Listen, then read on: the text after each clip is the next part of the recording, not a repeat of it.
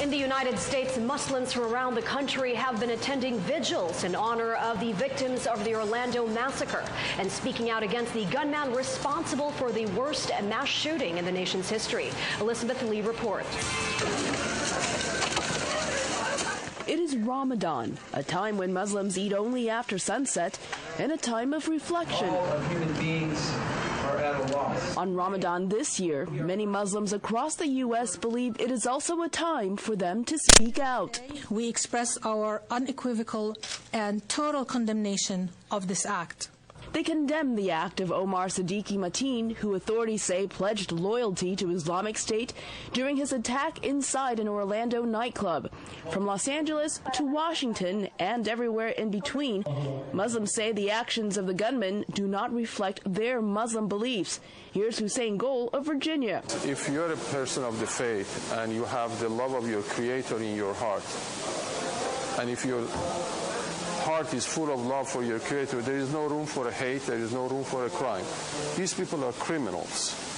They use any reasons that they can get to achieve their goals. Why am I a Democrat? In Las Vegas, Muslim American Jesse Spey, who is a candidate for U.S. Congress, says the gunman does not represent him. That person does not speak for me.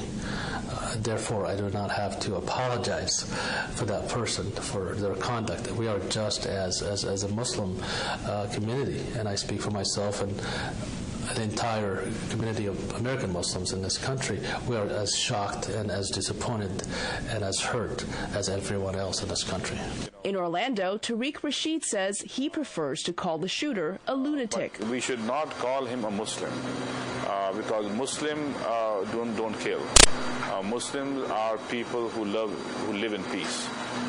Because like Quran teaches us to respect the lifestyle of different communities.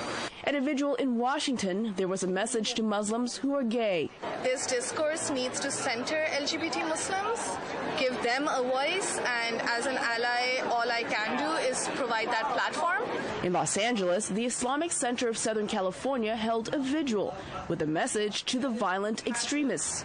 If you believe in God, you have to believe in human equality and defend the human dignity of every human being. We stand for that religion, not your exploitation of religion. ISIS, you are an abomination. These Muslim community leaders say unity among all faiths is important. They pledge to counter violent extremism and do their part in healing the nation. Amen. President Barack Obama took the unusual step of weighing in on the U.S. presidential campaign Tuesday, lashing out at the Republican who wants to succeed him, billionaire real estate mogul Donald Trump. The president ripped into Trump for his proposed ban on Muslims and said Trump's rhetoric makes the United States less safe. VOA national correspondent Jim Malone has more on the president's strong remarks from Washington. After meeting security advisors at the Treasury Department on the Orlando shootings, President Obama quickly pivoted to lash out at Donald Trump's proposed Muslim ban. And if we fall into the trap of painting all Muslims with a broad brush and imply that we are at war with an entire religion, then we are doing the terrorist work for them. The president responded to Trump's speech on Monday, blaming the Obama administration and Hillary Clinton for policies that Trump said have helped the terrorists. Obama said such talk is dangerous and hurts U.S. efforts to win the support of moderate Muslims. Do Republican officials actually agree with this? Because that's not the America we want. It doesn't reflect our democratic ideals. It won't make us more safe, it will make us less safe. Campaigning in Pennsylvania, Hillary Clinton blasted Trump for suggesting that the president was siding with terrorists.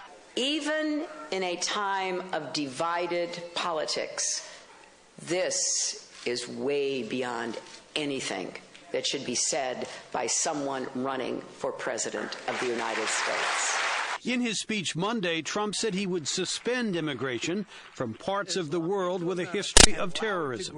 Trump also lashed out at Clinton. In fact, Hillary Clinton's catastrophic immigration plan will bring vastly more radical Islamic immigration into this country, threatening not only our society, but our entire way of life. Trump is also getting pushback on the Muslim ban from some fellow Republicans, including House Speaker Paul Ryan.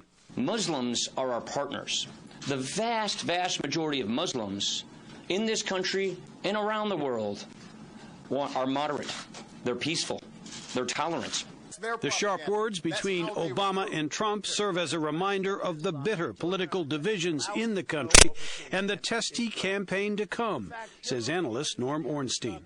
We all know we have this terribly polarized political system, but it's become tribal. And it's tribal identity that drives things. And it's much more a sense now that the other tribe is the enemy and not just an adversary. The president's willingness to jump into the fray raises the prospect that Trump may, in effect, wind up facing two Democratic opponents in the general election, Hillary Clinton and Barack Obama.